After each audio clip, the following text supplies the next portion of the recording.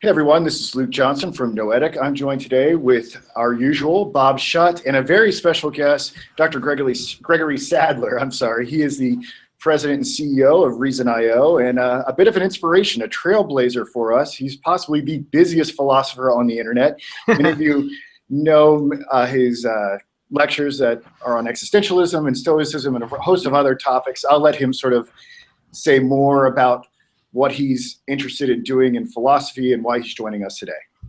Oh, thanks. Yeah, well, as I was just talking with Bob about this a little bit before that, I'm an eclectic, so I draw upon a number of different philosophical traditions that I'm interested in, and I find that other people respond to well. So some Stoicism, some existentialist stuff, some Aristotelian philosophy, and a lot of the work that I do is one-on-one working with clients, either in tutorials or philosophical counseling, applying these sorts of resources.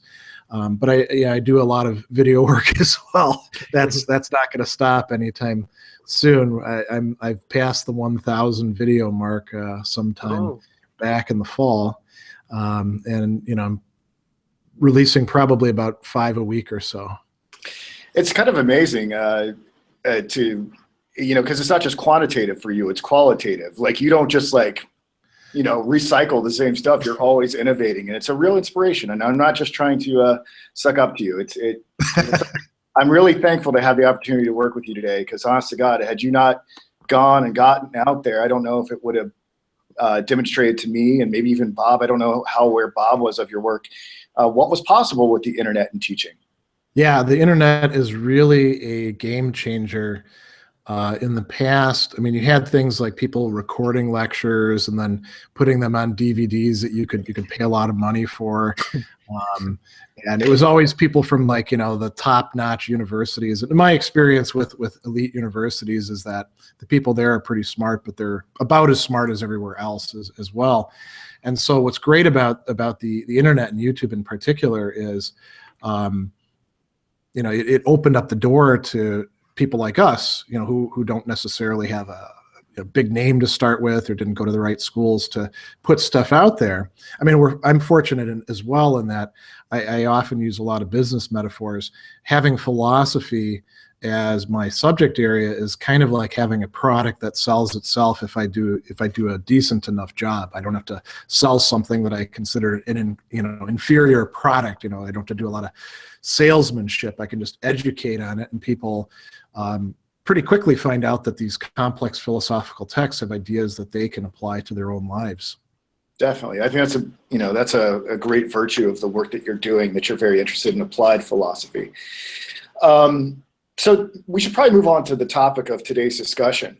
We're going to be talking about Sartre's 1943 existentialist play, The Flies, and the three of us will be innovating today because, as far as I know, there's next to nothing in audio-visual format, unless you guys found something that I couldn't find, about The Flies. Did you guys come across any other resources? Certainly not as much as you have. You've sent us more information than I was able to find. Yeah, I was really surprised to find that there wasn't much out there on it. I guess No Exit must be a lot more popular for the academic world than The Flies, which is it's sort of it's sort of strange. I mean, I love No Exit, and but I don't know if I think No Exit is superior to this play that we're going to discuss today. In fact, I think this is a much more drama-filled play. There's more plot, more things happen.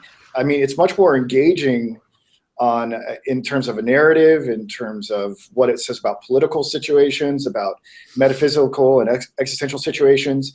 There might be more going on here, and I don't know. I wonder if that is why it's not as popular. Maybe there's something too complex about it, and maybe No Exit is easier to grasp. I don't know. Do you guys have any theories on why Les Mouches, as it is said in French, if I'm pronouncing that correctly, is less popular in America than No Exit? It doesn't have a good catchphrase associated with it, like "hell is other people." I don't know about that. What does it say? Life begins on the far side of despair. That's pretty epic. Or what?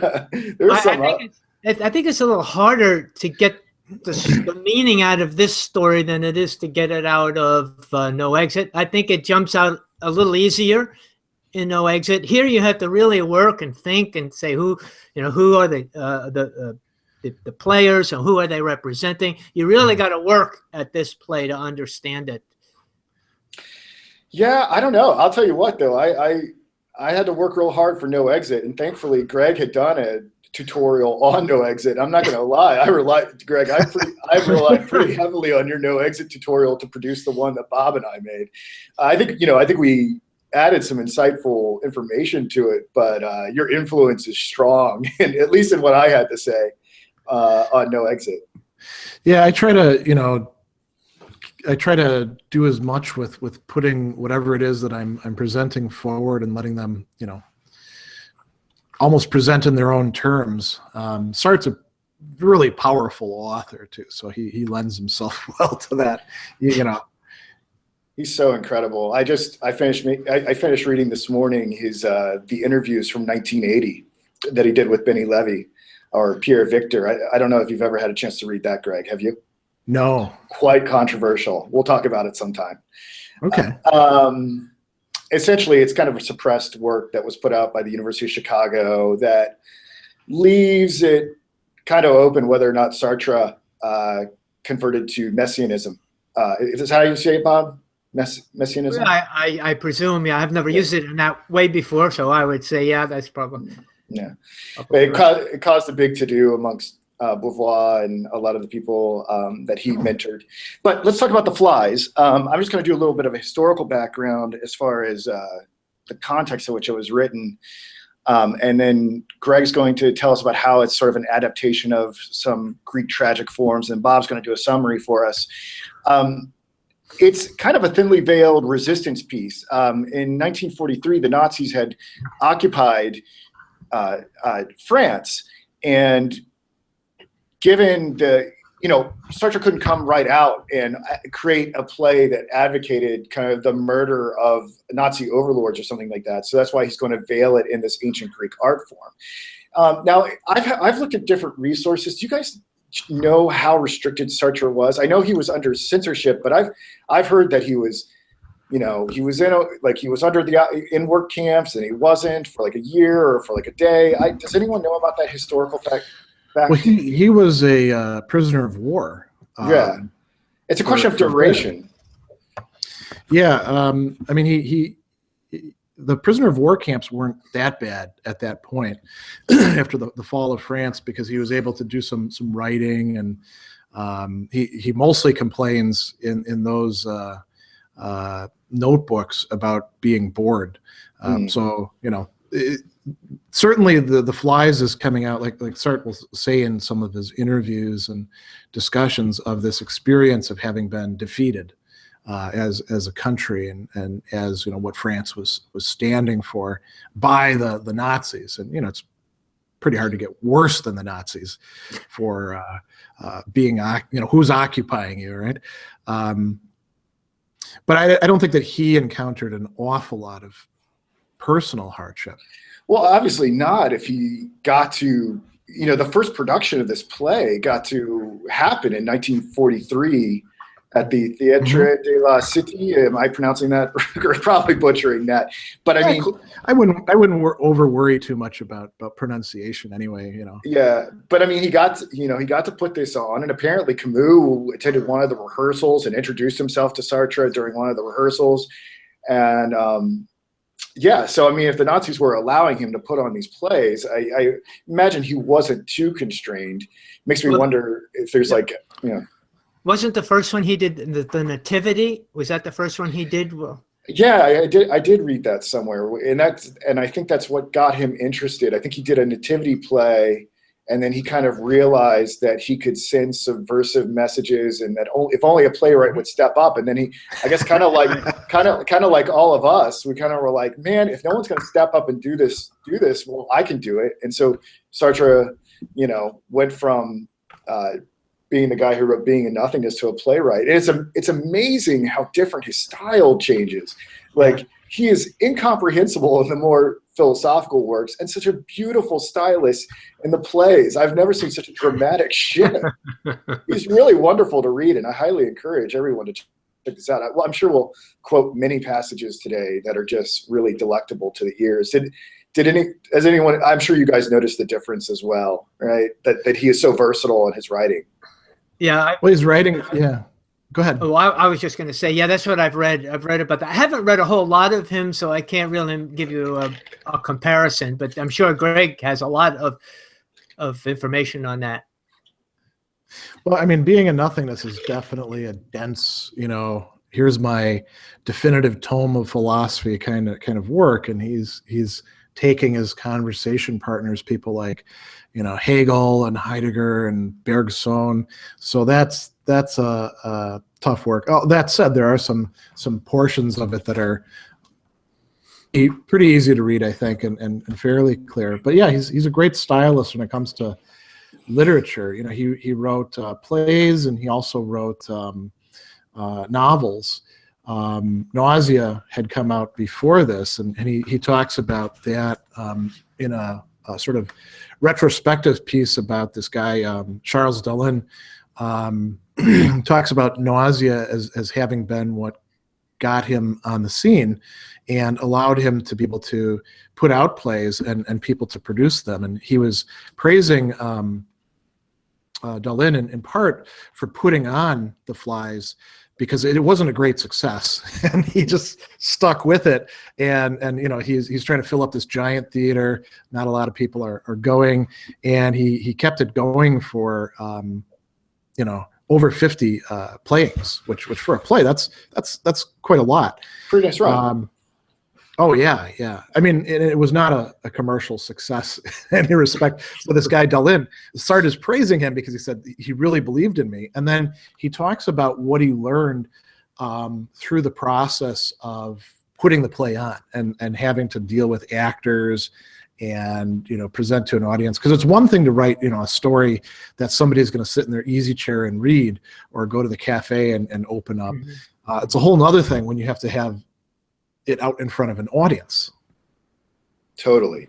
Especially the type of audience that he was putting it on in front of, right? Because I think the accusation was like, well, Sartre, when after the war ended, and this, I think the first production occurred at Vassar, which in Poughkeepsie, which is awesome, in April of 1947.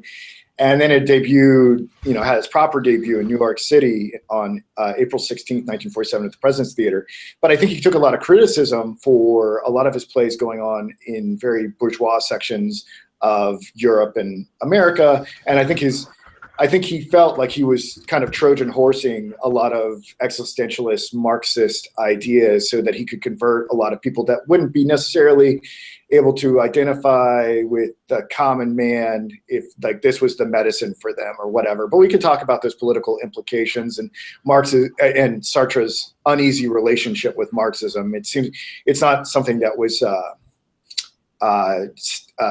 static. It changed through many periods of his life. So I've said enough right now. I've kind of been hogging the mic. So I'm going to turn it over to Greg to let him tell us about how this adaptation of the of this tragic art form occurred, how it evolved out of a historical tradition. So Greg, why don't you tell us about that? Yeah. So I mean, there was a long historical tradition of French dramatic theater adapting characters, themes, stories from classic sources, and so Sartre is sort of in the mainstream with that. I do think that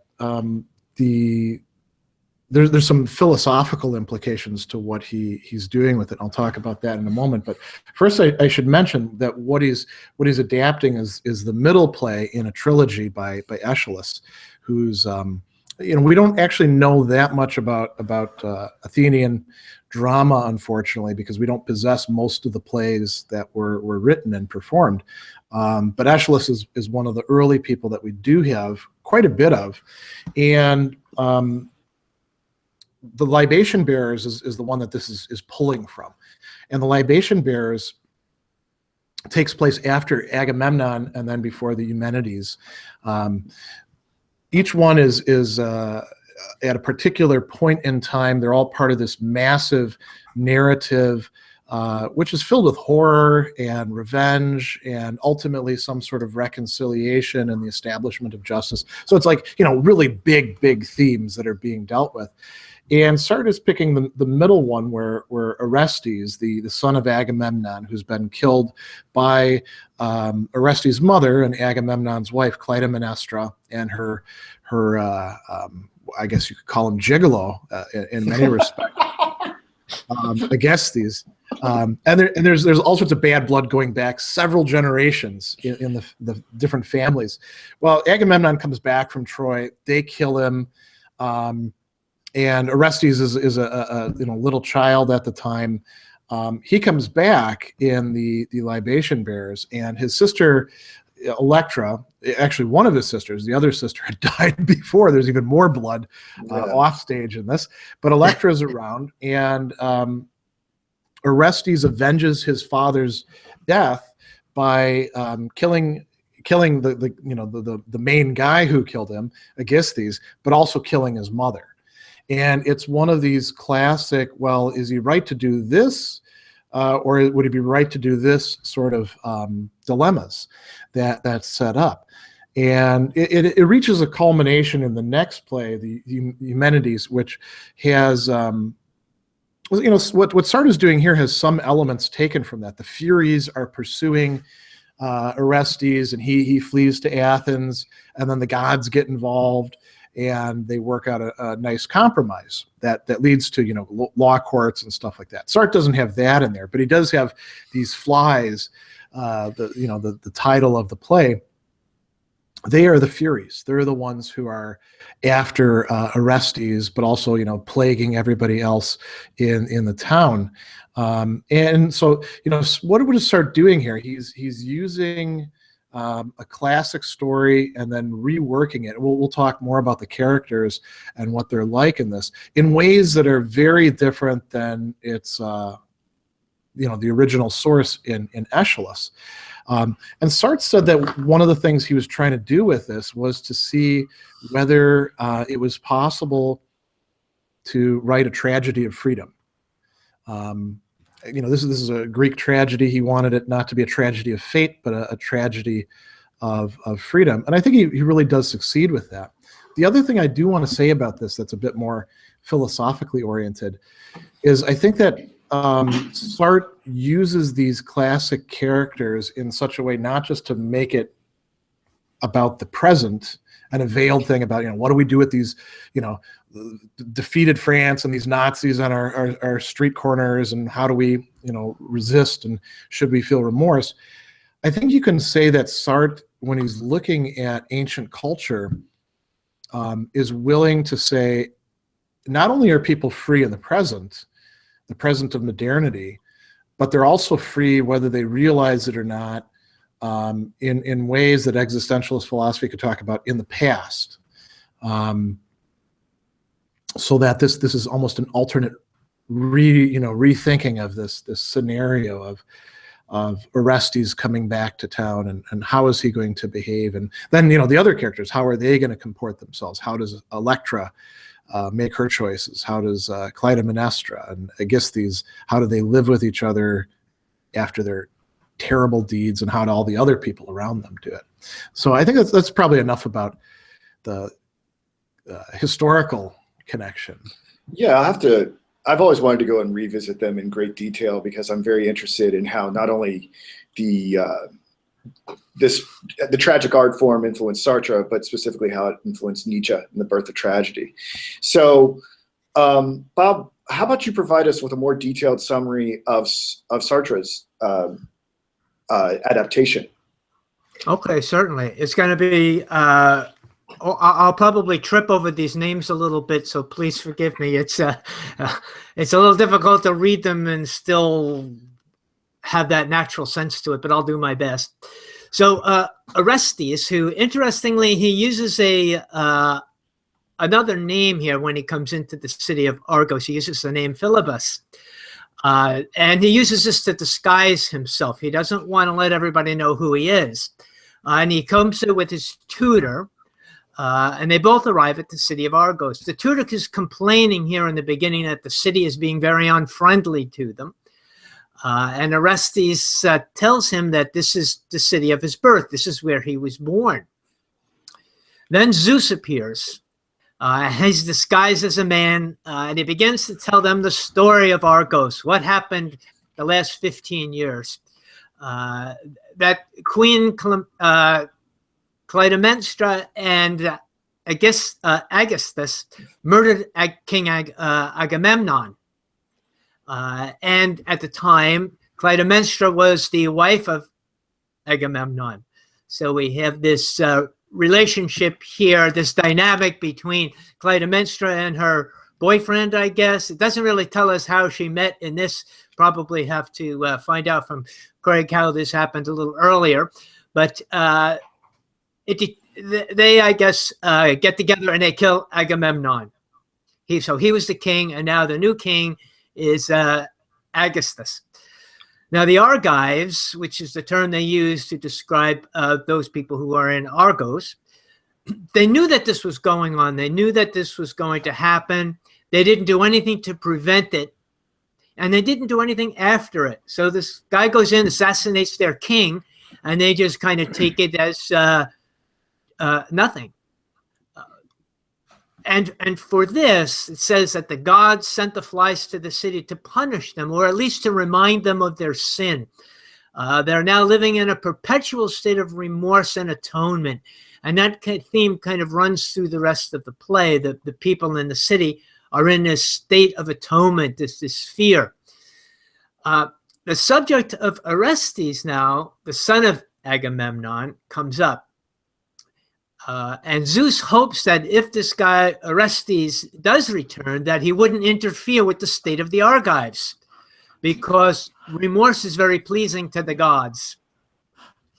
So Orestes gets the feeling that he's being rejected by his hometown. So Electra now enters into the scene. Now, got to keep in mind that Electra is the sister of Orestes, the daughter of Clytemnestra. And she curses a statue of Zeus in the square, and she tells them that she's looking forward to the day when her brother Orestes is going to return to avenge their father's murder and to free the city of Argos from their guilt. But she doesn't know she's actually speaking to Orestes, who is her brother. She's also kind of complaining about how her mother, and I'm not sure we can call him her stepfather, but this other guy in her life is treating her. I mean, she's supposed to be royalty, and Clytemnestra is treating her like a slave. She's been reduced to having to clean the dirty underwear, and it's not a very pleasant life she lives. She's just living like a slave.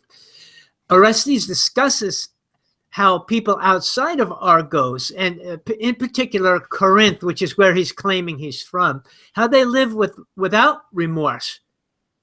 How life outside Argos is nothing like Argos. It's, people are happy, they have smiles on their face, they dance, they sing, whereas none of those activities goes on in Argos. So now Electra's mother, Clytemnestra, appears now, and she tells her that she has to come to the annual Dead Man's Day ceremony. So I guess the name of that ceremony kind of indicates the tone of the town as well. It's kind of like Halloween every year, but it's a lot worse.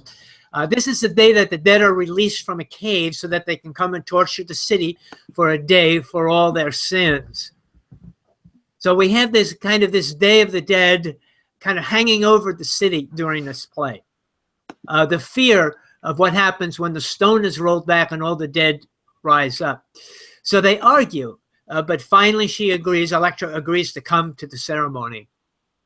So Electra wants Orestes to stay for the ceremony, but Clytemnestra prefers that he leaves because he seems to be upsetting Electra.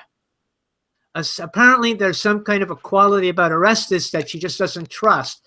And Clytemnestra has total control over Electra right now, but I guess she's afraid of what Orestes might do. At the ceremony now, of the dead, the Argives confess their sins and they scream in fear of the dead. So this is kind of part of the ceremony, to act out their fear to the dead. I guess showing respect for the dead. Aegisthus, the present king, the one who killed Agamemnon, he's getting angry because Electra isn't yet showing up at the ceremony. And he gave her direct orders to be there. And his role in the ceremony now is to remind the Argives of their sins, their sinfulness, their remorse.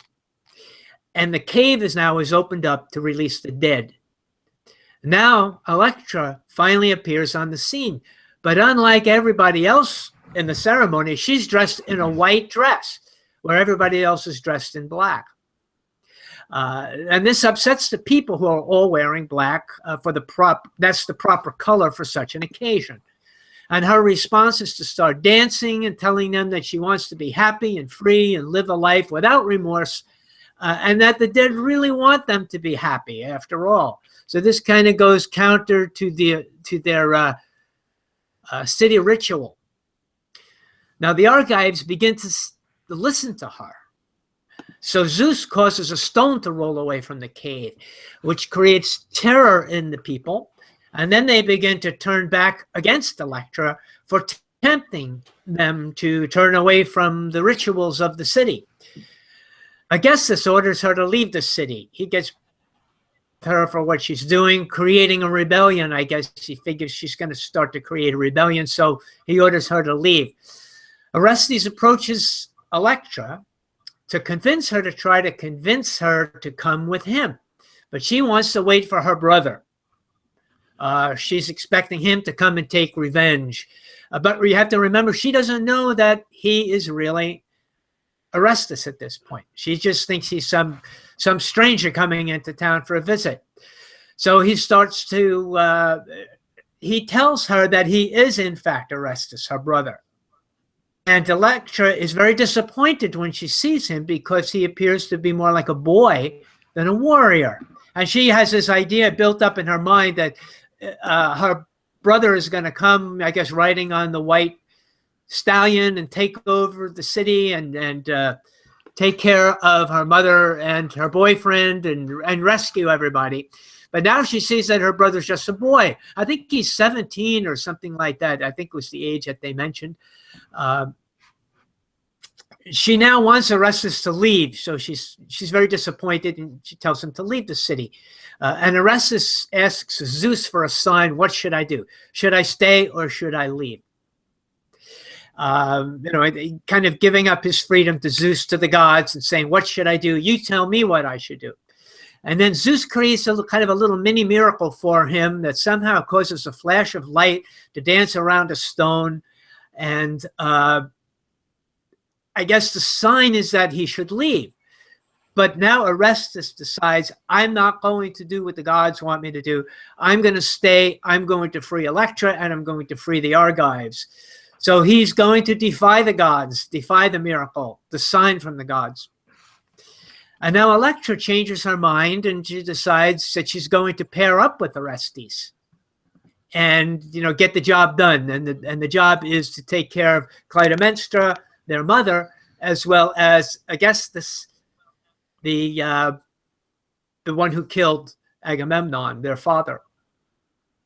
So Zeus orders Aegisthus to arrest Orestes and Electra.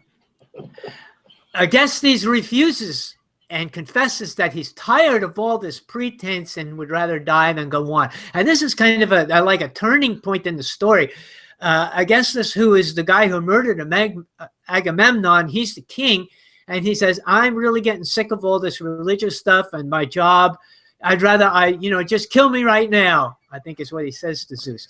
And Zeus tells him that Orestes is dangerous because he knows that he's free. So that's the whole secret here, behind the scenes.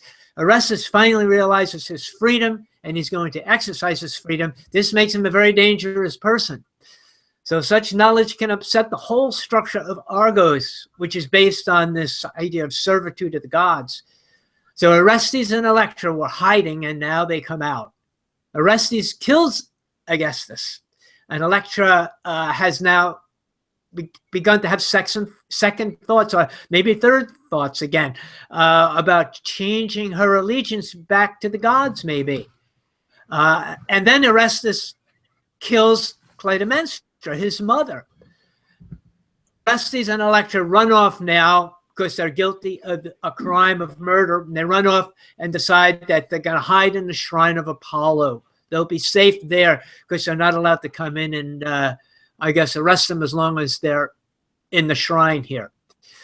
But the flies come, and they're suddenly turned into the Furies. So they've been called the flies throughout this whole thing. They're kind of like an annoyance, like a whole bunch of flies. They land on their faces and their bodies, and after a while, the people have kind of stopped swatting them and just accept this. But now they've turned into the Furies, and they're labeled as the goddesses of remorse. And they're just waiting for Electra and Orestes to leave the symbol of the gods so that they can attack them. So when Orestes and Electra wake up the next morning, Electra is horrified about what happened. I guess she's really stricken with remorse now. And she regrets or rejects Orestes because he's brought guilt upon her. Although she didn't actually commit the murder, I think there's a conversation where Orestes says to her, "You're just as guilty as I am because you didn't do anything about it, and you were in league with me, so you're just as guilty of this crime." So she decides she's going to give herself over to the Furies so she can escape her guilt. And Zeus promises them both salvation and the throne of Argos, that you can be saved and you can be king and queen of Argos now. But you have to repent for what you've done. You have to admit to what you've done and repent for it. And Orestes refuses. He says, "I'm not going to be part of this. I'm not guilty of anything. I did the right thing." So Zeus tells Orestes that he's violated the laws of the gods. And Orestes' response is that he's free and now to follow his own laws, even if it means if he has to do it alone. And so Zeus, I guess, gets disgusted. He leaves, and Electra runs after Zeus. Orestes tells the Argives outside the shrine, "Go ahead and kill me if you want to," he says. He confesses to them that he is Orestes, the hero, the guy who's come to save the town. He's the rightful king, and he's now going to set them free from the flies and from their remorse. And he'll take their sins upon himself, and they must now take upon themselves their freedom. And as he leaves the city of Argos, the Furies follow him. End of the play. The curtain comes down, and that's pretty much a tongue-twisting summary of what happened. I think it was a beautiful description and summary, Bob. Thank you so much for doing that. Thank you. It's quite a mouthful, right? To get out, right? What is the line? He says something about like the words are too big for my mouth. something. Yes, to that that's effect exactly how I felt. My lips are numb from trying to pronounce those things. No, I'm going to mess them up so bad. Greg, were there any significant details that you wanted to add to Bob's description? The only thing that I could think of is, and I may have just zoned out for a second. I want to make sure that I'm not aping what Bob already said. Just wanted to make it clear to everyone at home that it was my interpretation of the play that the dead do not actually resurrect in Argos, that this is a fiction that Clytemnestra and Aegistheus, however you say his name, have cooked up in order to further enslave the Argives. Did you say that, Bob? I hate to point that out if you already said that. No, I didn't say that. Is my interpretation correct? I mean, I didn't. Oh, absolutely. Yeah. Matter of fact, near the end, let's see, where is it? She says, I have the quotation I think you're using. Well, he says, Clytemnestra says, "Sire, I beg you, the dead are underground and will not trouble us for many a long day. Have you forgotten it was you yourself who invented the fable to impress your people?" So obviously this was just a fable that was invented by the new king. Yeah, I guess these two to keep the people in line in the city. Yeah. Greg, were there any other essential details that you thought that we should point out before kind of breaking down the significance of the themes and characters in this play? No, I think that captured it really well. And then, yeah, if we talk about the characters, I think some of the lines will come out more. There's really not that many characters, which is right. Well, it's relative, right? I mean, I guess it's not that many compared to a Hollywood movie, but it's a lot compared to No Exit, right? We had 4 characters, 3 or 3.2 or whatever in No Exit. We have something like, I don't know, do we have something probably like 15 characters here? But we only really have like 5 or 6 that matter. So where to begin? I mean, there's so many different things that we can begin with. We can talk about Orestes as an existentialist hero and how he imitates the Christ figure. We can talk about, gosh, I mean, we can talk about so many things. Is that a good place to start, or should we talk about something more broad? Greg, what do you think? I'll defer to you. Well, Orestes is such a major part of it. Why don't we talk about the other characters first, who don't do quite so much, okay, and are more representative of things, and then we'll get to this. Yeah, why don't you throw that first dart? Where would you like to start? Well, the first person we encounter besides Orestes is his tutor, who is this, urbane, free-thinking. It's all, it's all just men. There's no gods. There's no any of this sort of stuff.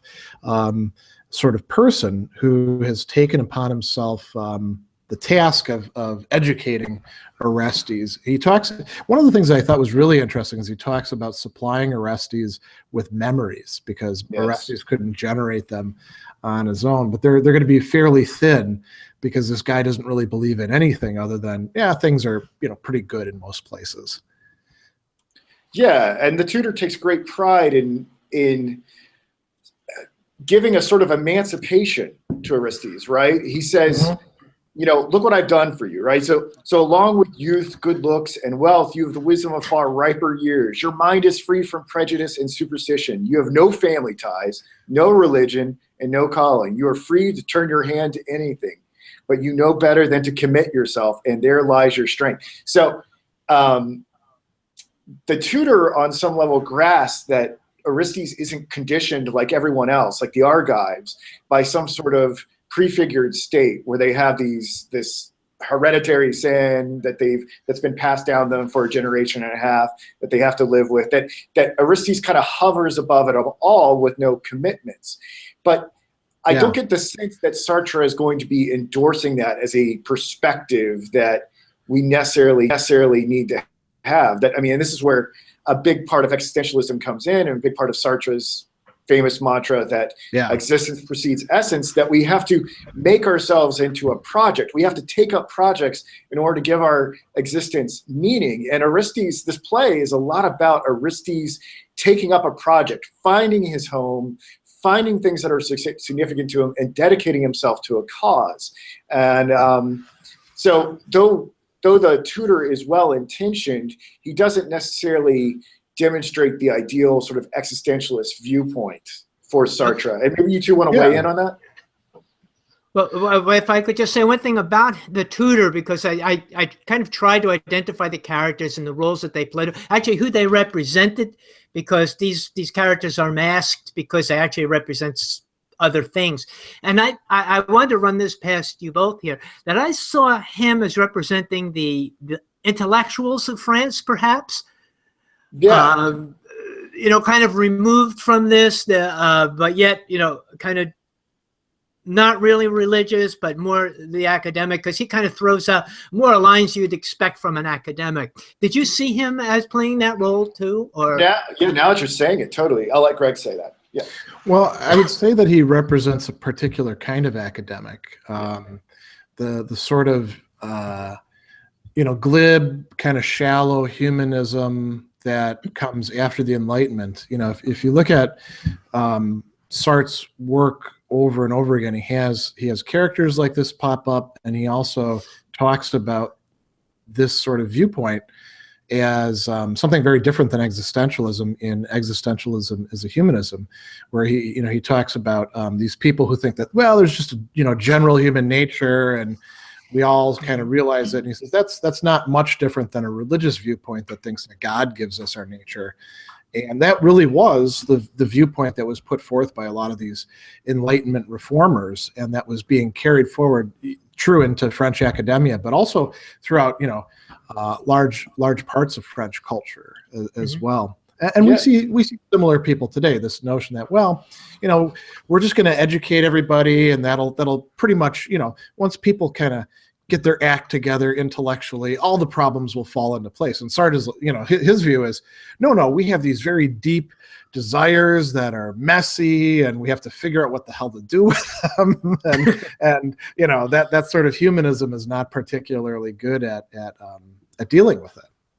Yeah, and I want to add on to that because, and Bob, I'm just thinking on the fly here. I'm improvising, but what you said reminded me of Simone de Beauvoir's The Ethics of Ambiguity, which was, Sartre never got around to writing an existentialist ethics. So I think we can take Beauvoir's Ethics of Ambiguity as a lot of his thinking about that. And Beauvoir said that, she was studying all this Hegel. And then, when bombs started coming down and war broke out, she couldn't really justify studying Hegel anymore. And that's when she wanted to develop a philosophy that involved more of a commitment. And I wonder if the tutor kind of represents not only this Enlightenment perspective that Greg is talking about, but again, is sort of a jab at an all-pervasive Hegelian unfolding dialectic where the intellectual hovers above all world history and is just waiting for everything to completely unfold and then to not get their hands dirty, which is interesting. And maybe we'll take this up at some point in the future, along with the millions of other things that we want to study. Sartre actually wrote a play that's in this anthology that's typically packaged with this anthology. There's usually 4 plays: No Exit, The Flies, The Respectable Prostitute, and then Dirty Hands. And I think Dirty Hands is might be, I don't know, maybe Greg, have you read Dirty Hands, Greg? Yeah. Maybe it's, I have a feeling that it might be a clarion call for political activity. But my concern is, and probably for another day, is how Sartre recruits everybody to engage in Marxist political activity, but doesn't at the same time can have this idea of some sort of collective unfolding one day. So, but I think that's a very perceptive thing that Bob is trying to point out, that the tutor might represent this sort of detached academic who doesn't want to do the heavy lifting of existence. Yeah, I think that's right.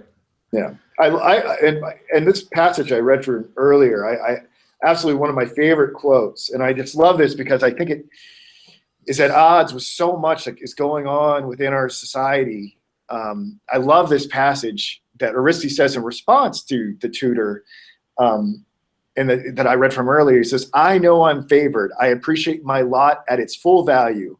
Some men are born bespoken, a certain path has been assigned them, and at its end there is something they must do, a deed allotted. So on and on they trudge, wounding their bare feet on the flints. I suppose that strikes you as vulgar, the joy of going somewhere definite." And I don't know about you guys. I think we're all very action-oriented people, but I like how Sartre, at least through the mouthpiece of Aristides, is it's just all about engagement, like people achieving concrete ends. And that's, it seems, at least within America today, there is this pervasive sense that caring about things, caring about projects, developing yourself, self-actualizing, is that there's something repugnant about that. And I like how Sartre doesn't shy away from the fact that your life is this really meaningful project and it is to be imbued with passion. Did that passage strike you guys at all? Go or ahead. not? Maybe that's my personal hang up. I don't know. Well, I mean, Orestes in general is as it turns out, a person of action, and he goes through a couple, fairly typical Sartrean moments where we talked about the moment of not knowing what's right or wrong, and so consulting the gods. Okay, that's bringing in something from the outside, and then just deciding, nope, not going to do that. I'm going to do the opposite. And that, but then how do you do the opposite? Can it just be sheer negation? Shaking your fist, screw you, Zeus, I'm not going to do your bidding. No, you have to commit yourself to a definite activity. And that's what he does in killing his mother and her husband. But he reaffirms that in making further decisions, and I guess that's sort of a Sartrean theme as well, that we don't decide once and for all and then have everything fixed. Life is when we have a project, it constantly requires moments of recommitting choice. Yes, adaptation. Yes. So Greg, what would be like the next character that you would want to talk about?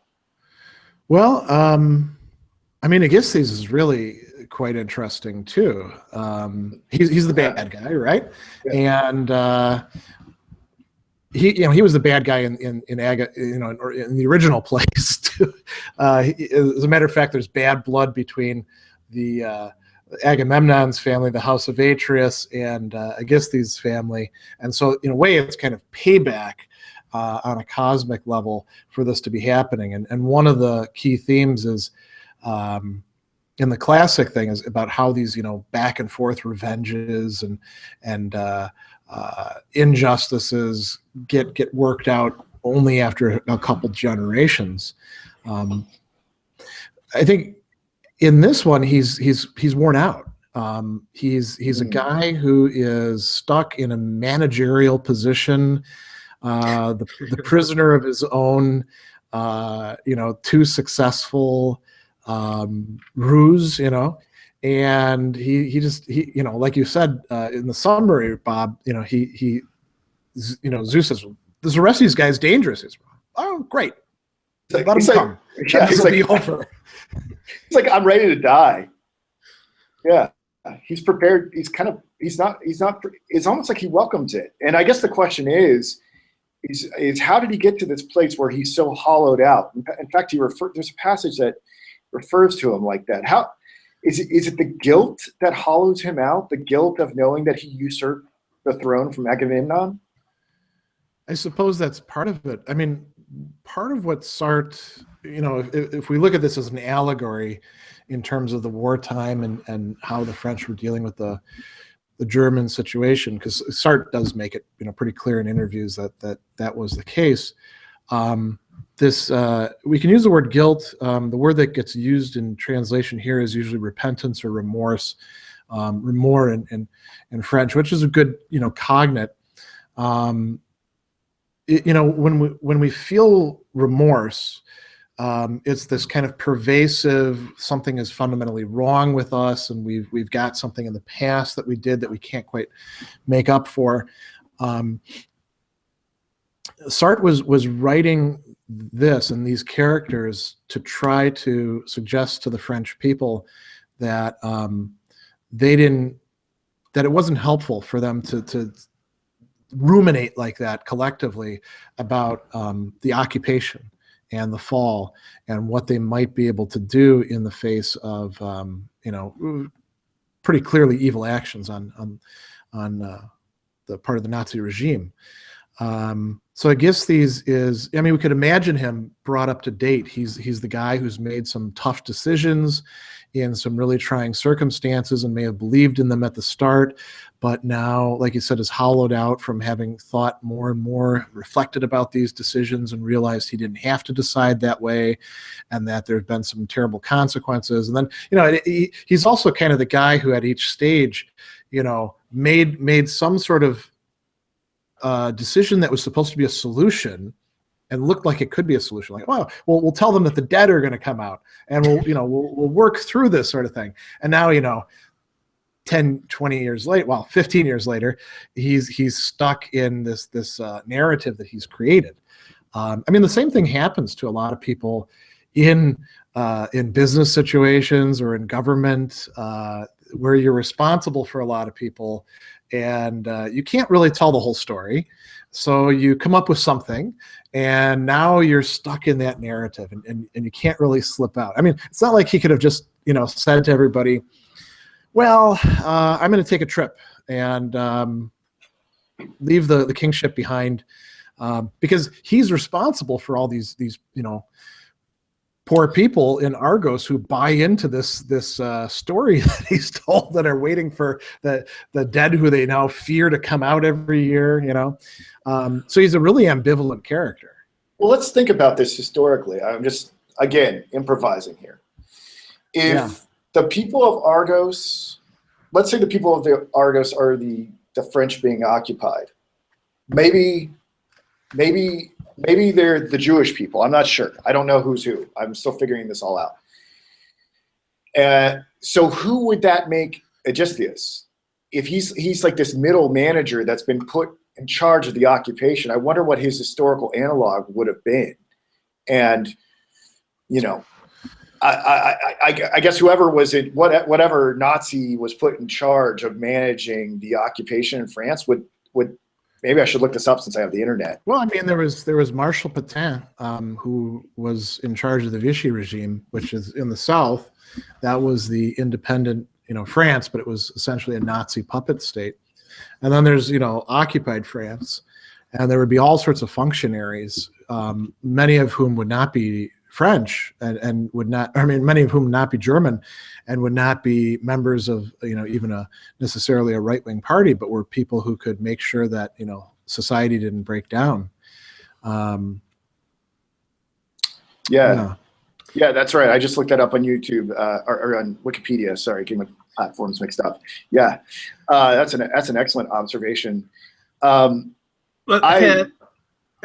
jump in there, man. Yeah, I was going to jump. I'm not that familiar with the history and the details of it, but from the point of view of the play and how he's presented, he may be the king and he's powerful, but just think of the people, the place he's king of. What a depressing group of people these are. If you're going to be the king, and you pick the Argives to be the king of, you got to be depressed. Plus, he's coming from this dysfunctional family. He's really trying to portray him as, like Greg said, somebody who's just come to his end and said, I just can't deal with the depression anymore here.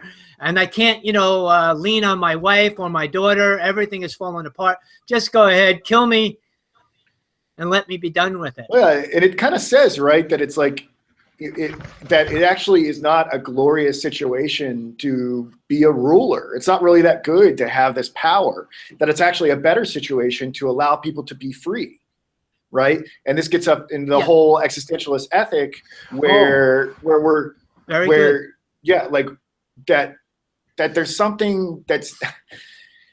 there's something that's ultimately going to be more fulfilling about willing the freedom of others rather than suppressing them, right? Mm-hmm. And maybe when you do that, there is the risk that those others are going to totally abuse their freedom and do horrible things. So you see Aegisthus in the play talking about himself as being motivated by order, there is, and this is a tension in Sartre's work. He realizes that order isn't the good that it gets made out to be, and freedom is a good, but once you make other people free, it's not like you make them just partly free so you control their freedom, because then they're not really free, right? So you can't say, well, you're free to do good things. You're free to oppose the Nazis, or you're free to, do creative work, but you're not free to go and break into your neighbor's house and steal their stuff. Or whatever other things, to say horrible things on social media, for example, or if you're going to give them freedom, it's really quite dangerous, because they will do things with that freedom.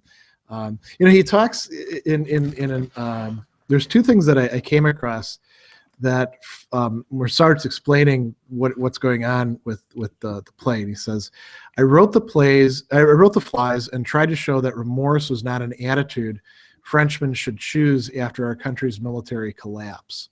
And a little bit later, when it was performed in Berlin, and there was a discussion in 1948 with Sartre about it.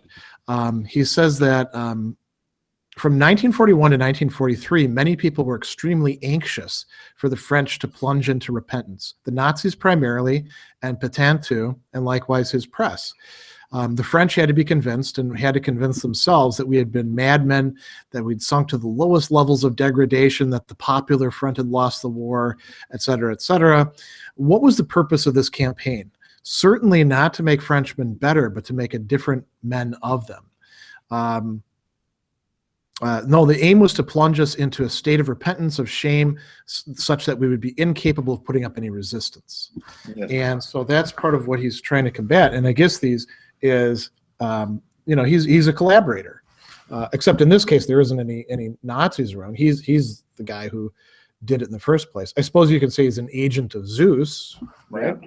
Yeah, that raises interesting questions of who Zeus is. I was thinking he was almost Hitler, right? Close to Hitler, or at least the personification of the German Nazi movement. What do you think? I know it's complicated. But what at certain times he also represents the religious God as well. Yeah. So I saw him as two, kind of almost like playing two roles, and I wasn't sure which way to go with him. Which way did you go? I saw him more just as sort of the embodiment of religion for Sartre. We love this repentance. We thrive off of people continually staying in this cycle. I guess you're our guy. that sort of business. And he like that. Yeah. Zeus leaves people a certain amount of freedom too, enough freedom to get themselves into these messy situations where then they have to repent, right? Yeah, right. Yeah, like I think I was more with Greg on this. That I mean, it seems like an explicitly religious reading of Zeus, and that's why this thing kind of works on different levels. But I mean, it's hard not to resist that he would be Hitlerian in some sense if the analogies hold of occupied, the mid-level manager, and then whoever put the mid-level manager in charge. But I mean, there are lots of Zeus is a really fascinating character, and I think I actually felt for Zeus the most in this. Oh, really? Like, in some ways, yes, because well, I mean, in some ways, no, in some ways, yes. The bad stuff, the fact is that he says things like there's this thing about how all crimes do not displease me equally, and that like he uses the guilt in order to enslave people further for guilt. So obviously I don't like this version of Zeus that's sort of power hungry to restrict people with guilt, but at the same time, he does endow man with freedom, except Zeus doesn't anticipate Orestes will use this freedom.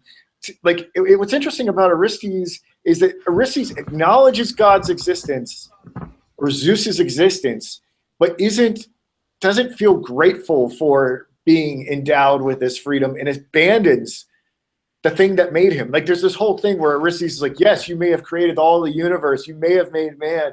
You may have given me freedom. And he's like, well, I gave you that freedom for some larger moral end. He's like, and Orestes is like, screw that. I'm going beyond all your norms, beyond all your repentance and guilt, and I'm going to refashion myself, and we'll leave it unspecified how I fashion myself in the end. I'm going to go beyond your conceptions of good and evil, and become my own sort of being. So I guess on one hand, I can see the contempt for Zeus as God, but on the other hand, I can see some sense of gratitude for making man unique with his power to be free. I guess I'm not as contemptuous towards Zeus. I mean, what do you guys think? I've got a quote here from that may capture a little bit of that, not everything that you said, where Zeus says, "And I, who do you think I am?" And he points to the statue. "I too have my image. And do you suppose it doesn't fill me with confusion? For 100,000 years, I've been dancing a slow, dark ritual dance before men's eyes. Their eyes are so intent on me that they forget to look into themselves. If I forget myself for a single moment, if I let their eyes turn away," end of quote.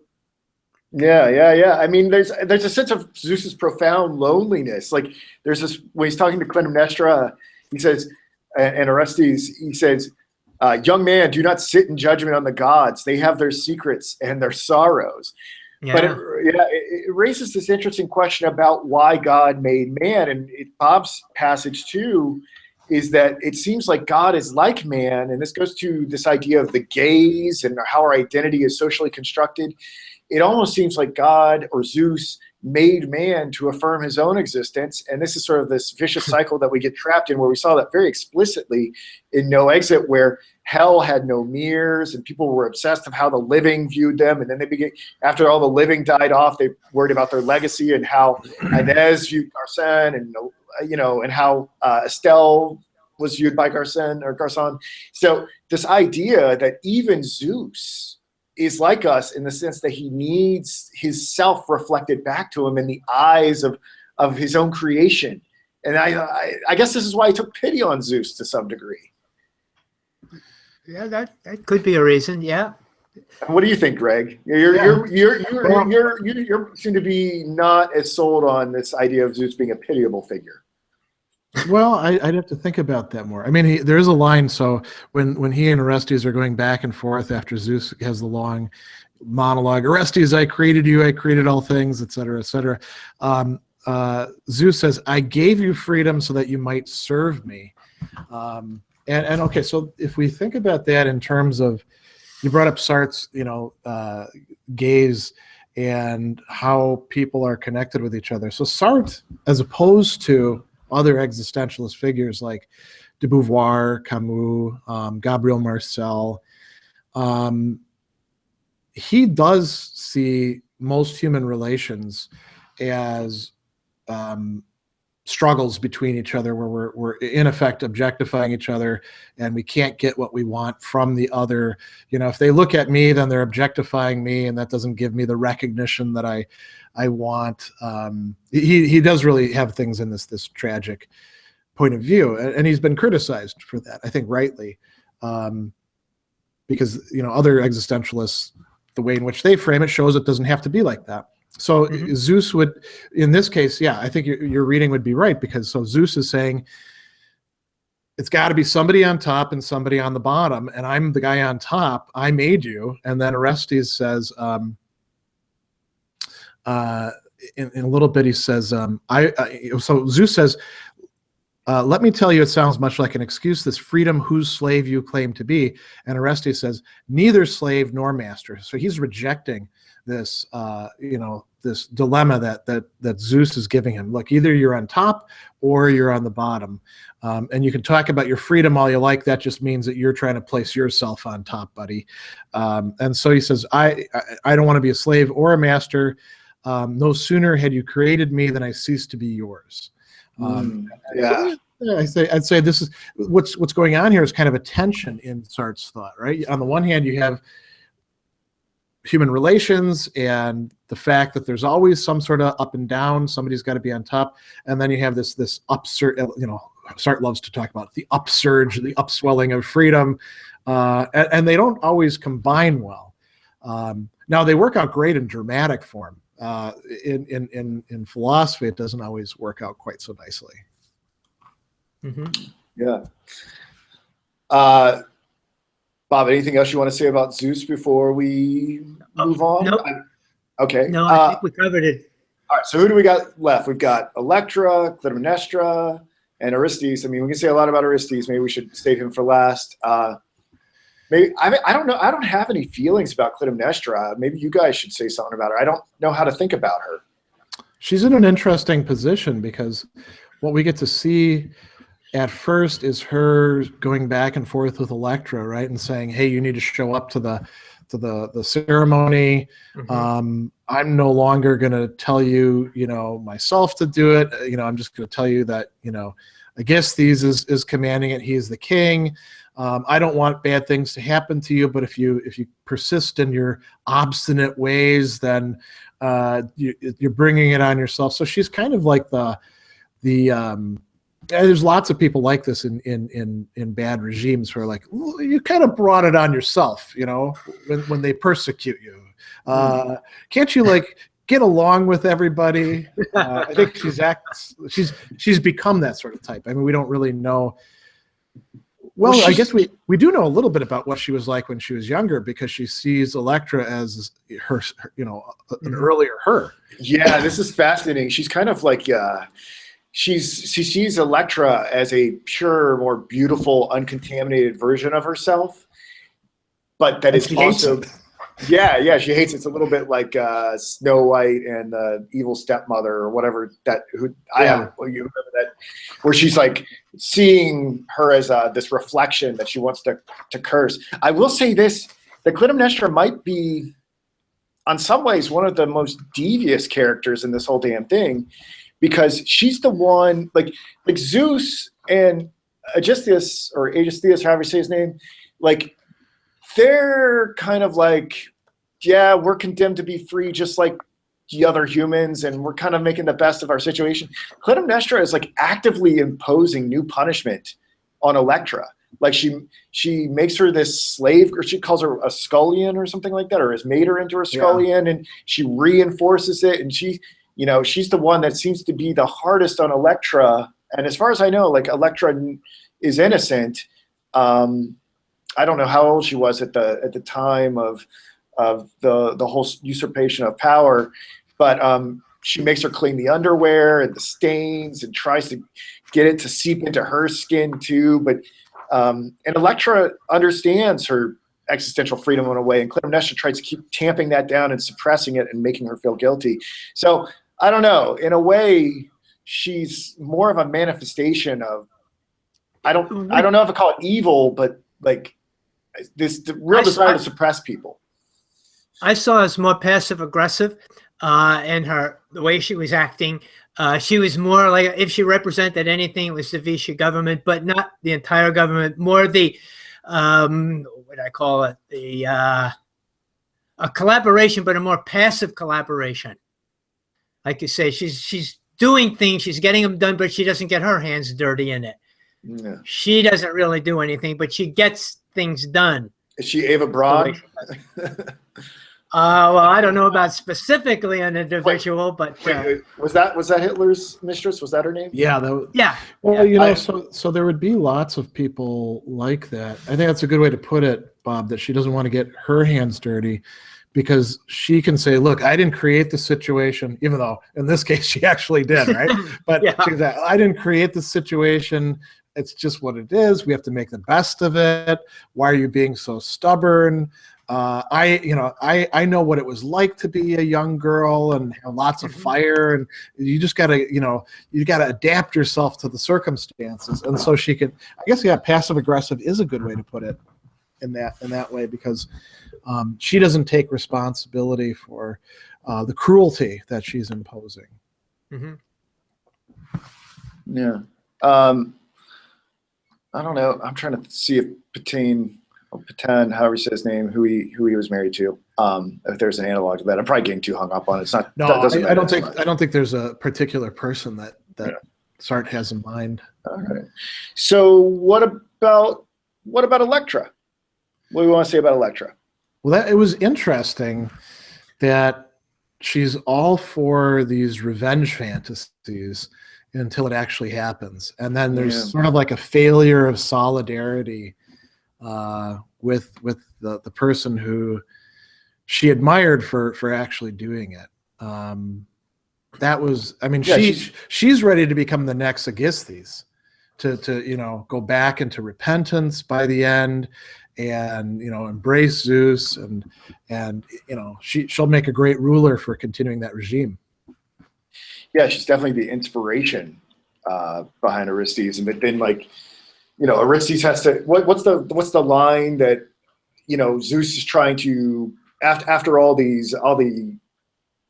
Clytemnestra and Aegisthus are murdered by Orestes, like, Orestes has no guilt. He knows that, like, he doesn't feel like what he's done is a wrong thing, even though he's the one with the actual blood on his hands. Yeah. He understands that all this guilt, remorse, repentance, or whatever is socially engineered to keep people in their place, and to reinforce power structures, which is super fascinating to think about in our modern context. I don't, but there's this line where Zeus is trying to make Electra feel terrible about it, that even though she may not have wielded the sword that led to the deaths of the king and queen, that she's just as culpable, and she tries to back out of it, and she starts feeling the guilt and the remorse. And Aristide's like, this is all just this is a fiction that you're generating from within. This doesn't actually exist somewhere. And he's like, I can't save her from this. She's got to throw it off for herself. Yeah. So she seems to be kind of the incomplete existential hero. She was what I got from her is that she was just waiting around for somebody to come and save her and everybody else. She kind of represented to me the uncommitted to the movement, those who talk a lot, carry the signs and that, but actually do no more than that. She goes to where the power is as well. She follows the power. Yeah, but I think the frustrating thing is, right, we don't want to be too harsh on her, because if it wasn't for her revenge fantasies and her schemes and her plans, it's not like Aristides would come into it. I mean, Aristides and Electra kind of fit together. They're brother and sister, but they need one another. I don't know if Aristides would have. Well, maybe he would have, because the tutor does inform him. That's the whole reason why they end up in Argos, right? Because no one wants to go to Argos. It's a miserable place to visit. Maybe he didn't need Electra to carry out this. No. I don't know. What do you guys think? Do you think they need one another, or do you think this would have all happened whether Aristides met Electra or not? Well, I think for Electra, the impression I got, again, is that she was the kind of person where in theory it sounded great, but when it actually happened, she didn't really want to be part of it. She kind of backed out of it as soon as it started to actually take a real form. And I think that represents a lot of people too. The idea sounds great, but just don't get me involved in it. I'll support you, I'll carry the signs, and I'll sing the slogans, but just don't make me make a commitment to this. So I think for Sartre, he wants to show her as somebody who is flip-flops back and forth, really won't find her freedom because she just won't make a commitment and stay with it. Yeah, well, she's a good example of somebody who uses their freedom to throw their freedom away. Oh, okay. Yeah. The thing is, what's really interesting about this play, and why I think it could be really rewarding to keep reading it and keep revisiting it. I mean, something I love, and I think what we all love about being able to distill our lessons online like this, is that they're sort of preserved, right, in the gaze of the internet, and we can move on to other things, and people that can be a good thing or a bad thing sometimes. Oh yeah. But what is really interesting is that you can take a lot of different perspectives in this play. It's very perspectival.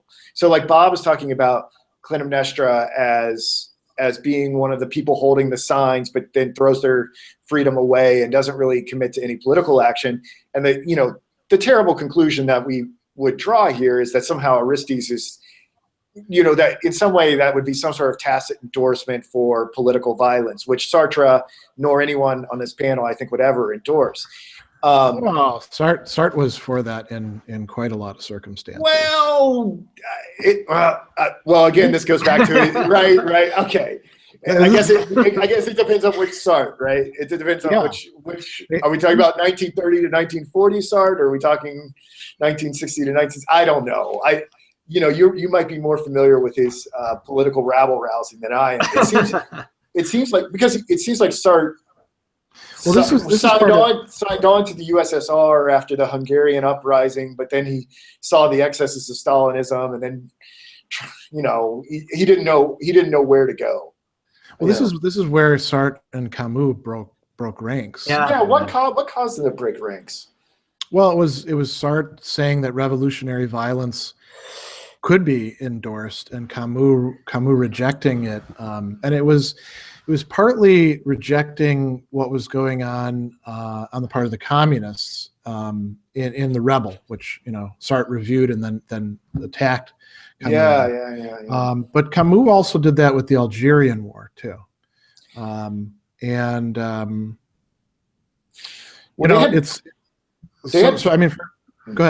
I was going to say they had a very different sense of war, right? Because the situations were not analogous. What was going on in France and what was going on in Algiers, right? Like, Well, I mean, he's not just talking about France. He's talking about, the Soviet Union itself. And Sartre didn't abandon the Stalinist viewpoint until the Hungarian Revolution. And he saw the tanks coming in, and he was like, "Yeah, maybe I was wrong about that." But then he embraced Maoism. So he constantly flirted with that. Camus had the view that if it came down to justice or freedom, justice would have to take a back seat. Sartre, in some respects, is more for saying, somehow the justice that's going to bring about at some indeterminate point more freedom for people has to be enacted. And de Beauvoir followed him, I think, in that as well. If you look at the ethics of ambiguity, there are, there's enough of a escape valve for revolutionary violence, So if you're on the left, some things are okay that wouldn't possibly be okay for the forces of order on the right. And when it came to occupied France, so here's part of what he says in this interview with the Germans in '48. He says that a second reason for doing the play was a more personal one. At that time, there was the problem of attacks against the Nazis, and not only against the Nazis, but all members of the Wehrmacht. So, poor bastards who'd been conscripted and put in there and had to guard, even though they didn't buy the Nazi ideology. So he says, those who took part in these attacks obviously did so without losing their peace of mind about it. In their view, they were at war, and throwing a grenade at the enemy was an act of war. But there was a further problem attached to it, and it was a moral problem, that of the hostages. Because, see, the Nazi regime would execute hostages, more hostages than were killed on the side of the Germans for every attack that took place. Yeah, I think there was an episode where one Nazi officer got killed, and then they executed 9, and then another 89 French POWs or something. Yeah, and so the issue, I mean, the Germans had done something similar with the French snipers in the Franco-Prussian War, and it led to a lot of bad blood. They would round up people from the towns and say, if you don't turn in the sniper, we're gonna execute these prisoners. But that was good. So that was pretty routinely going on. And so then the question that you were posed with was, all right, it's one thing to throw a grenade into a canteen where soldiers are eating, even though some of them are just poor bastards who don't have any idea how the hell they got there. They're wearing the Wehrmacht uniform and they're oppressing us, so we'll do that. But knowing that by doing that, by exercising your freedom in that way, there's going to be collateral damage as well. Yeah. It becomes much more complicated. So Sartre says he's writing this play in part to deal with that issue. So if Orestes is the representative of Sartre in this case, Orestes is willing to say, I'm exercising my freedom, and this terrible thing of killing my mom has to be done because not because Zeus wants it, but because I decide it. It's, I think you can see it as Sartre endorsing revolutionary violence. Well, it seems like there has to be some threshold that's met, that there has to be blood first drawn, right? Like the fact that Agamemnon was killed first, and that the fact that the Nazis came in and killed the French and POWs, and is like that the German occupation of France was not the only occupation that the French experienced at that time, right? Because as soon as they were liberated from Germany, right, they had American occupation, right, to rebuild. Yeah. I mean, I guess what I'm saying is, that was occupation, though. I know, right? There's a big difference between the German occupation and the American Reconstruction effort, but still, right? Like the Americans were there rebuilding France, and depending on your perspective, you can kind of look at it, and you wouldn't want to encourage a sort of radical freedom where then they then go and do this military violence against the Americans, right? So I guess it seems like there's some bar or something that has to be transgressed in order to engage in these radical acts of freedom that are political violence. I don't know. I know Beauvoir wasn't a big fan of the Americans being there after the Germans were. She's like, great, we just swapped one occupation for another. Yeah, but the Americans weren't there for very long. I know. But to them, I think to them it was insulting on some level, right? Because it's interesting because when Sartre was criticizing the Soviets for going into Hungary in the 50s, he said that they were acting like the Americans, and that for him was sort of the last straw with them. Yeah. It's hard to. These political views are hard to nail down. Well, we should talk about it. We should talk about Orestes. We should. Yes, and I've got another session here coming up, so we should probably. I don't know. I think we can talk about a lot of these themes through Orestes. I guess the thing is, what do we want to say about Orestes? I mean, we've covered him in so many different ways through the eyes of all these other characters. I mean, I think the interesting thing is that he is kind of like a Christ figure. Christ atones for the sins of all mankind by surrendering himself to the Roman government and allowing himself to be sort of passively crucified and resurrected. Whereas Aristus employs violent means to liberate the people from the guilt, and I guess by his own example as an existential hero, he's going to go out and live his life without having the sense of repentance and atonement all the time. And maybe they'll follow suit, maybe they'll cling to maybe they'll throw away their freedom. But I don't know. I mean, what do you guys think? What do you guys think?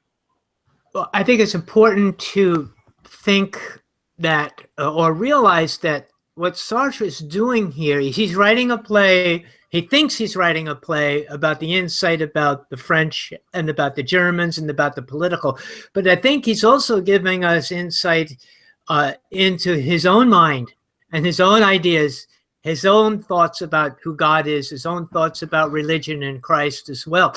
So I think that's how I kind of read this. I kind of projected and said, what can I learn about Sartre in his ideas from reading this play and his religious views, and in reading his childhood and his story and his brush with religion? I can see a lot of that in here taking place. How about you guys? Yeah, if I was going to think of Orestes and this whole dynamic of freedom in terms of Christ, it would be a Christ that's very similar to like the one in Dostoevsky's Brothers Karamazov in the famous Grand Inquisitor passage, where you've got some sort of power figure, the Inquisitor, presenting, hey, we're going to have this managerial life and people are going to be happy, and they won't get in each other's way. And you dummy Christ, why did you show up and give people freedom? It made things so messy. We're gonna why did you show up here after we were managing things so well for century after century? Greg, can I read that passage real quick, or keep going? I keep going with your thought. Sure. I'll wait for a pause. Well, I mean, the general idea is that and this is something that you do see in a lot of Christian theology, that Christ came not to impose a new sort of order, but to make human beings free, and he made them so free that they can turn around and spit in his face, or tell him to screw off, or go and abuse their neighbor, or whatever. And the Grand Inquisitor, he's not a guy who doesn't have any. He's not just a power hungry guy. He's sort of like Aegisthus. He's like, I hate this job. Why do I have to do this? Well, because somebody has to make sure that things get done that have to get done. And why? Well, because that person who came and gave freedom made everybody too free, and look at all the troubles that it leads to. Yeah, I've got this passage here, if it's okay. Aegisthus, are they so dangerous? Zeus, Arissi knows that he is free. Aegisthus, he knows he's free, then to lay hands on him, to put him in irons is not enough. A free man in a city acts like a plague spot. He will infect my whole kingdom and bring my work to nothing. Almighty Zeus, why stay your hand? Why not fell him with a thunderbolt? Zeus slowly, fell him with a thunderbolt? Aegisthus, the gods have another secret. Aegisthus, yes. Zeus, once freedom lights its beacon in a man's heart, the gods are powerless against him. It's a matter between man and man. It is for other men and for them only to let him go his gate or to throttle him. This is one of my favorite passages in the whole thing. Yeah. And like Greg is saying about how Christ is this freedom fighter in a way. Of course, Bob and I do a lot of stuff, and Greg's done a ton of stuff on Kierkegaard too. It's a different type of freedom. It's a freedom. Mm-hmm. I mean, Christ is liberating us from sin differently, right? Like they're both. Aristius is trying to get us out from this hereditary sin, but for Sartre and for Aristius, the sin is completely fabricated. On Kierkegaard's interpretation of Christ, the sin is very real, right? It's like woven into our essence. So they have very different. They're both freedom fighters for humanity, but there's a question of the reality of the sin that humanity actually has. I saw a lot of undercurrent in this play as to his attack, Sartre's attack on religious ritual. And there's one in here that I wanted to run past you and see, because to me it jumped out at me. I was born Roman Catholic, and I know Sartre was also Roman Catholic. And I want to read this to you. This is from Zeus. He says, by the way, if those flies bother you, here's a way of getting rid of them. You see this? You see the swarm buzzing around your head? Right. Yeah. Now watch. I flick my wrist so, and wave my arm once, and then I say, Abraxas gala gala tsetse. See? They're falling down, starting to crawl on the ground like caterpillars. Was this a kind of a mockery on the Roman Catholic ritual of the transubstantiation? Yeah, that's kind of how I took it. That like all this religion stuff is just a magic trick. Yeah. Words that and the wine into the cross. I'm cutting my. Oh. Yeah, we lost the feed a little bit. We lost just Bob for a minute. No, I'm here. Okay, he's back. I'm still here. Okay. I don't know. I wouldn't say that it's. I mean, the transubstantiation happens within the whole context of the Mass. It's not just a super quick thing. It seems, I'd say it's more broad. I mean, he calls it a parlor trick. Yeah. I don't know. Did you, maybe not specifically, but did you notice that he kind of attacks a religious ritual throughout the play? Oh, definitely. Yeah, yeah. And, you know, the other thing that's kind of interesting, too, is he suggests that part of what people are after in it is a sort of, what's the word, sublimated sexuality, you know? What are they getting out of all this repentance? You know, it's plus also, you know, the violence too. Secretly they yearn for this kind of thing. Oh yeah, right. I forgot. Yeah, it's so strange. And of course Zeus likes it too. He likes the odor of repentance and all that stuff. What was so weird to me about this is that, you know, when Orestes first meets Clytemnestra and Electra, and Clytemnestra is like going about bragging about her sins, and apparently it's like the national pastime of the Argives to just like, yeah, like I'm a murderer, I'm a liar, I'm a libertine, I'm this, I'm that, and like Electra goes like, oh yes, she revels in the fact that she gets to confess her sins to you, but Clytemnestra she does not want the authenticity of her repentance called into question. You can judge her for her sins, but you can't judge the realness of the repentance. What was that all about? Like the realness of the repentance had to be unquestioned. There was also you weren't supposed to bring up any sins that they hadn't brought up. Right. So somebody, it's okay if they want to say, yeah, I'm a thief, but don't mention the fact that he's also an adulterer, because, you know, he's getting to present his position on who exactly he is. So yeah, being repentant, it's sort of like, you know, people who like to identify themselves in bad ways, and they don't want anyone else to add to it, you know. Actually, they control the narrative. Yeah. I've got the quotation here I think you're thinking about, by Clytemnestra and Electra talking, and Clytemnestra says, "Be silent. Anyone has the right to spit in my face, to call me a murderess and a whore. but no one has the right to speak ill of my remorse. And Electra responds, note her words, Philibus. That's the rule of the game. People will beg you to condemn them, but you must be sure to judge them only on the sins that they own to. Their other evil deeds are no one's business, and they wouldn't thank you for detecting them. Yeah, it's kind of funny because when people, I mean, we live in a time where apologies are a super conflicted thing, you know, especially in social media. If somebody apologizes, everyone piles in. Well, you know, since you brought it up, you know, not only did you do this, but I'd also like to mention that you did this, and that's just as bad, you know. And so nobody wants to actually apologize, and we get a lot of these, you know, especially from corporate types, these, you know, mistakes were made. We're not actually assuming any responsibility. We were sad that this happened, and you know, that way they like I said, they control the narrative.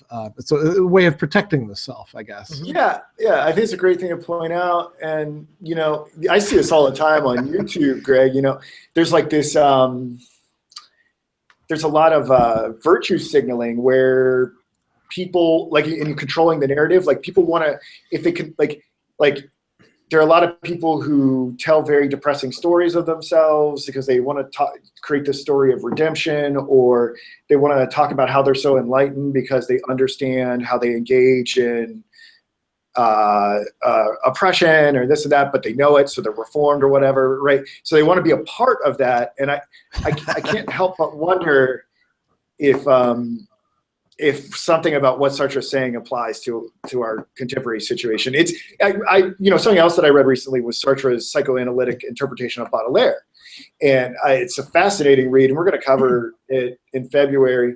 But he talks about how Baudelaire was very interested in turning himself into the archetype of the dandy and what that meant, and creating this figure, curating this image.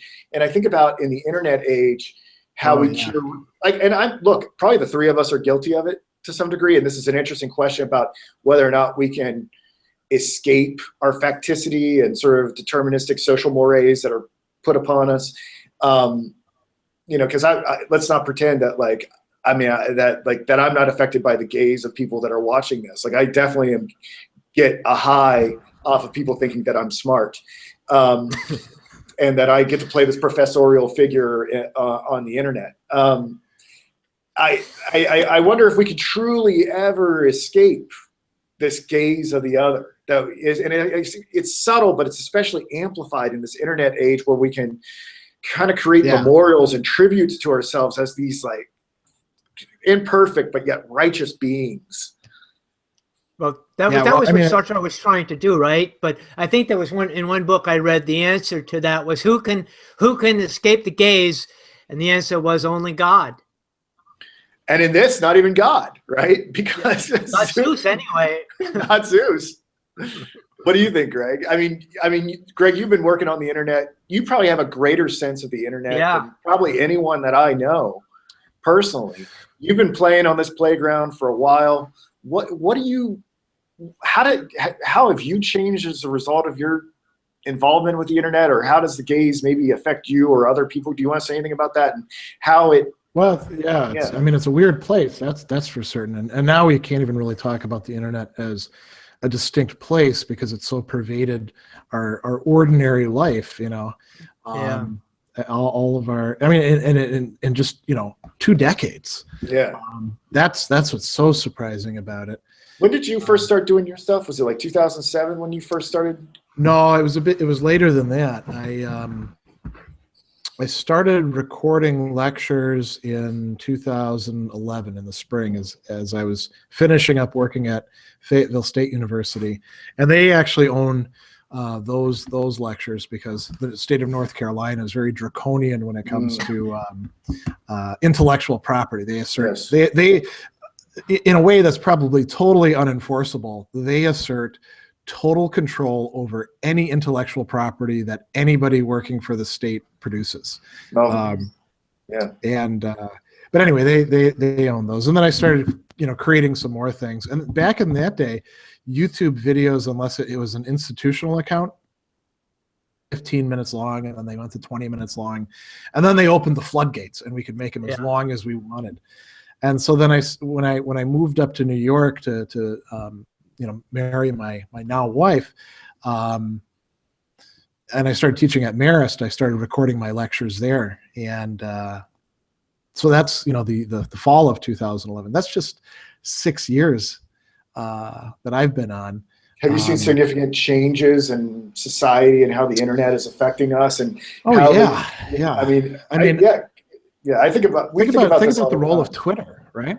I remember getting introduced to Twitter at a faculty development workshop. We'd have these at the beginning of every year, and they'd be like, "Hey, here's some new educational techniques," and here's some tools you can use. And so they introduced us to Twitter, and I created an account and didn't use it for probably a year or so. And then I started using it and following a few people, and it was kind of a fad, same with Facebook or when it came out. And now these are gigantic empires. They're used by various agencies for capturing data. Twitter gets letters from the government saying we need you to turn over information, and then they don't want to cooperate with them. And I mean, this is not something. I mean, science fiction authors and futurists talked about this a couple decades ago, right? But this isn't something that the rest of us imagined would be part of our everyday life, where the news people would be saying, "Hey, so and so tweeted this." And now everybody responds to it. And in this last electoral campaign, Twitter was used as a way to get around the main media sources and reach out to people directly, for better or for worse. Things are radically changing very quickly. What is really cool about it is that with, for example, YouTube, we have the opportunity, and what you're doing here, to reach out to people who otherwise would not have access to this sort of thing. Yeah. I had so many people write me comments. There were the typical students who were like, "Hey, my professor's terrible. You explain the material in a way I can understand it. Thank God for that, because otherwise I'd be failing because my professor won't explain anything." And that's mostly because there's a lot of terrible academics out there. But there were all these people who would say, "I can't afford to go to college, and I really miss being in the classroom. So I watch your videos to have that experience of being in a classroom." Or I really wanted to know something about so-and-so, and there wasn't anything else out there on it, or the people that were really boring to listen to. So there's this incredible hunger out there. It really is. Public for stuff that the academics and the mainstream, I don't want to say media, but the channels out there. I mean, the History Channel these days isn't really doing a lot of history. It's mostly, right. Ancient aliens, narrative stuff. Yeah, I've noticed that. Yeah, I've noticed that change. It's kind of a little frightening. They need to change the name of their channel, I think. Yeah. So we have this opportunity to meet that incredible desire that's just not being met. Yep. Well, we're going to do it, guys. We're going to do it. I probably need to bring this session to a close because I have another one coming up. I want to say how much I thoroughly enjoyed this conversation. I know we had like a little technical things here and there, but I think for all those that stuck with us, I think they'll probably feel quite intellectually elevated. Was there anything you guys like to say in closing? I really am quite thankful that you participated in this. Yeah, I wanted to thank Greg for joining our group, because I think it created a dynamic that it's kind of hard to create a triad with only two people. So you and I, we do the best we can, but having Greg here was really wonderful, having that third dynamic. Yeah. Well, thanks for having me on. I really enjoyed the conversation. Cool. Well, hopefully these relationships will continue to blossom, and we'll find new ways to collaborate and promote Reason.io. And we got to do this. So we got to do this again someday. Yeah, sure. We'll talk. Yeah, I've got many projects that we can tackle. I know you. Yeah. All right. So hopefully Greg will be able to put this on his website. You'll be able to download this on the Noetic app and SoundCloud and YouTube and the podcasting app. You'll be able to find it in a multiplicity of different platforms. But go download the Noetic app and go to Reason.io. Is it just reasonio.com? Is that how? Yeah, that's it. Yeah. Okay. And check out, Greg offers classes that he's making over there. He does philosophical counseling. You're kind of a intellectual Swiss Army knife. You do you do tutoring. What else do you do, Greg? Yeah, I do some consulting work and public speaking. If people want to invite me out to to give a talk, I'm usually pretty open to that, provided I'm competent to talk about the thing. Well, again, I'll say that Greg is one of the most lucid educators that I've ever come across. You have an ability to explain things in a way that I don't have. And I really look to model myself in some ways after what you've done. The clarity in which you can convey ideas is really quite exceptional. So that's very kind of you to say. Yeah. It doesn't always feel like that on this end, but well, I'm someone who goes like a mile a minute, and like it's like and like people tell me I talk like an alien or that I'm You make me feel like I'm in slow motion when we work together. So I watch your videos not only to learn the content, but to learn how to be a better teacher. So keep making content, Greg. Love what you do, and hopefully we can just do more collaborative stuff. Okay, so I'm going to bring this to an end. Thanks, guys. I've got to go do the Jane Eyre seminar with Jennifer Avery, and we'll catch up again soon. I'll send you the link as soon as it's done processing. Sounds good. Okay, bye, guys. Bye.